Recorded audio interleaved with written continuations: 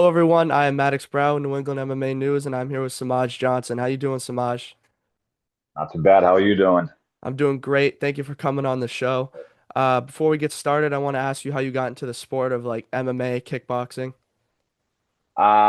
So I actually have a jiu-jitsu background, and then I started dabbling with striking with a couple of guys at the gym, and just I fell in love with it. So I've been doing it for about the past, I think, year and a half almost. So it's just I love it, dude. How did you find the gym you train at now, KTA?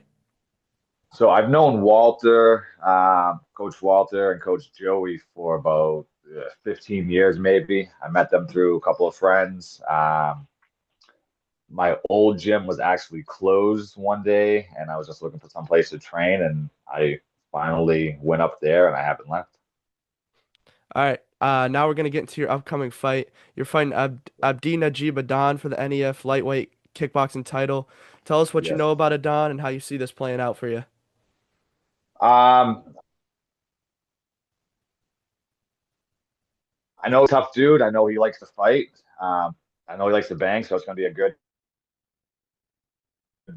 fight.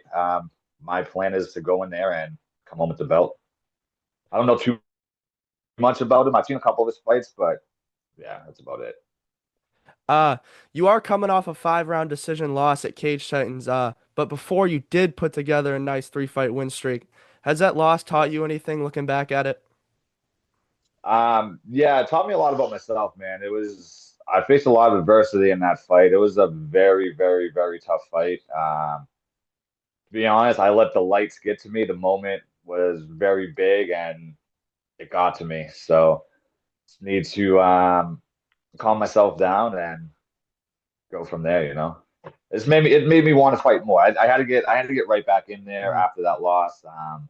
It wasn't not to take anything away from my opponent. I mean, the skill level, it wasn't disparaging. Like it wasn't that huge of a skill difference. I mean, I just couldn't get it done. So I had to get back in there. I have to prove myself to myself that I do belong in this sport and that I can continue to do this sport. And that's what I plan on doing. Is there any added pressure coming off a loss, going straight back into a title fight?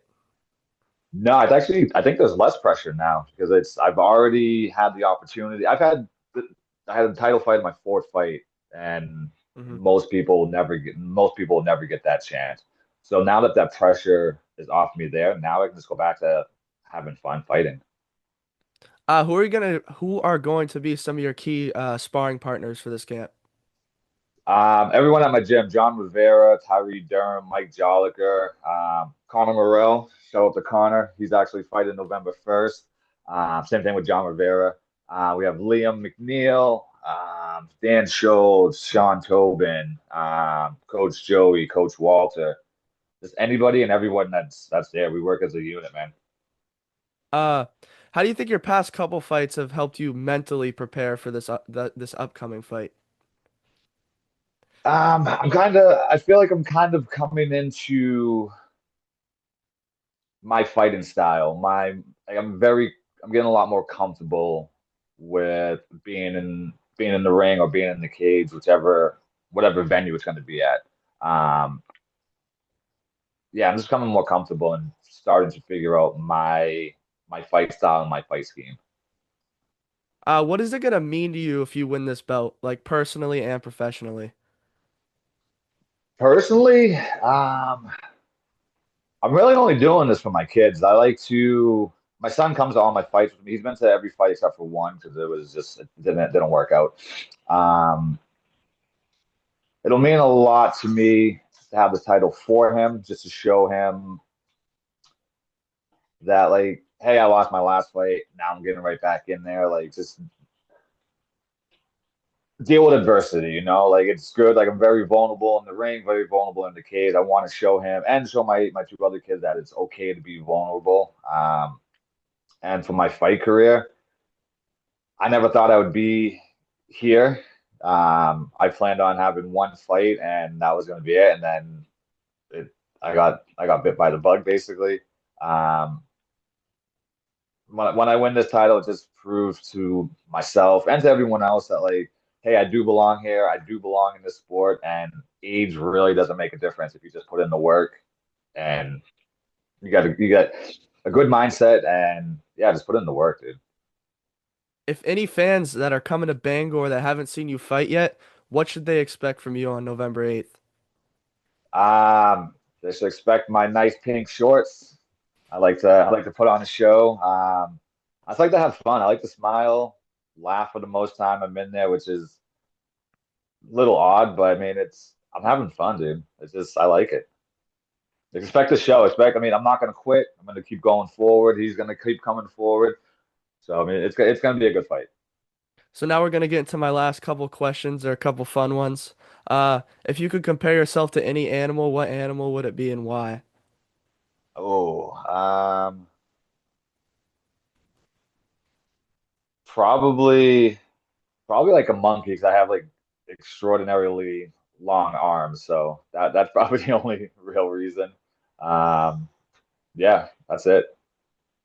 What's the first thing you're gonna eat after weighing in?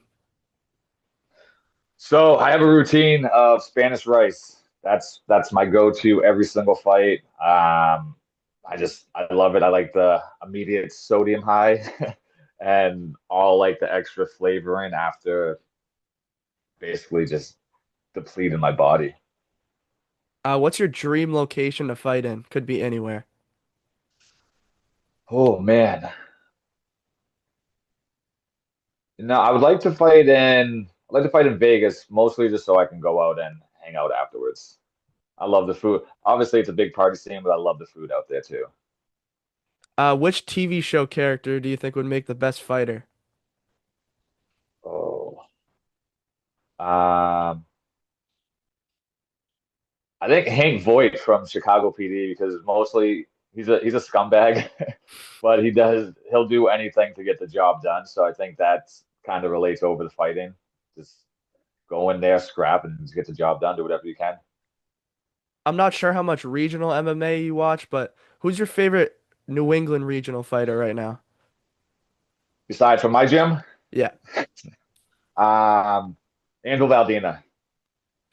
Angel Val, he's a great kid, and he likes to fight too. I love it.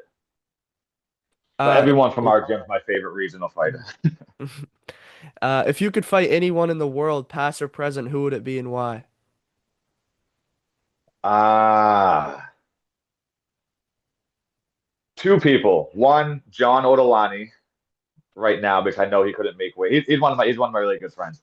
I just know because he couldn't make weight to 155, and I always joke to fight Dave Burke because I know he couldn't make 155 either. So those are gonna be my two picks. You know that's my brother.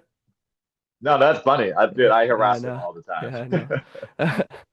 Uh, who is one person from your gym you would go into a zombie apocalypse with? Oh man, Coach Walter.